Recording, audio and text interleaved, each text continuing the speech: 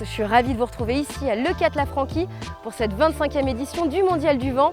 L'event à ne pas louper pour tous les amoureux de sport nautique puisque les meilleurs kitesurfers, windsurfers et wingfoilers de la planète se retrouvent ici pour rider mais aussi pour s'affronter puisque pour la 2e année consécutive, le Mondial du Vent accueille la seule et unique étape française de la Coupe du Monde de Wingfoil. Et tout de suite, on va aller rejoindre Julien Taboulet, l'un des organisateurs qui va nous expliquer d'un petit peu plus près en quoi consistent ces 4 jours.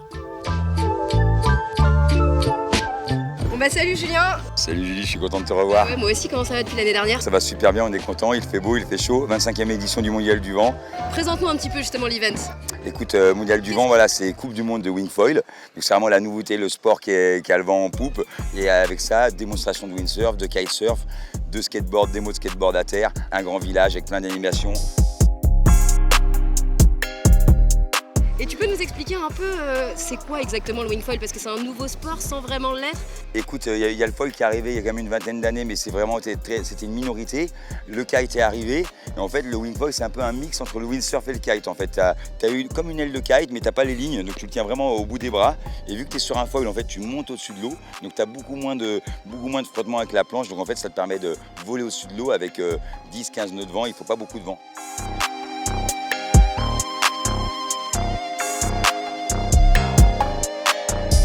Le kite a toujours poussé ce genre de sport. On a la tramontane ici, c'est quand même, ça souffle plus de 300 jours par an. Donc bien sûr, ça nous fait plaisir justement de mettre en avant ces sports. Et le wing arrive et nous on est derrière le wing, on pousse à fond avec tous les autres sports derrière, le windsurf, le kite, voilà, c'est une grande famille.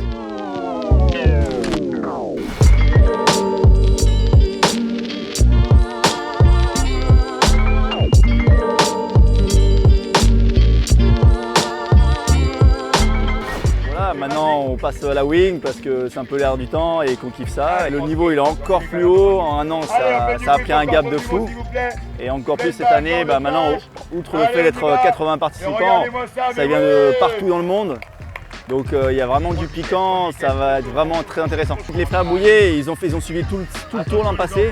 Ils sont en place parmi les favoris avec Titouan, Bals, Muller et Malo aussi. Guénol, le petit jeune français qui pousse et qui pousse.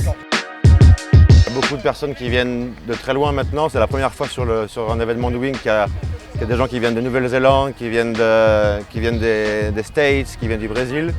Et du coup, je pense que ça va être une compétition, ça va être la meilleure compétition qu'on a eue jusqu'à présent de wing. Alors j'espère que vous avez pris des notes parce qu'il y a quand même pas mal de noms à retenir cette année. Et tout de suite, on va aller à la rencontre de l'un des riders favoris. Donc l'année dernière, comme je l'ai dit, je suis vice-champion du monde et là c'est reparti pour une 2e année et là c'est la première étape à Leucate, donc on est trop chaud que ça parte, quoi. Donc il y a plein de nouvelles têtes qui sont arrivées, on connaît pas vraiment tout le monde et déjà à l'entraînement on a vu que tout le monde envoyait du lourd, donc franchement ça va être une première étape qui va un peu poser les bases et on va voir qui est les prochains à se battre pour le titre mondial. Et bien voilà, ce premier jour du Mondial du Vent touche à sa fin. J'espère que ça vous a plu. Les conditions qui sont prévues pour demain doivent être meilleures, donc soyez au rendez-vous parce que le spectacle promet d'être grandiose.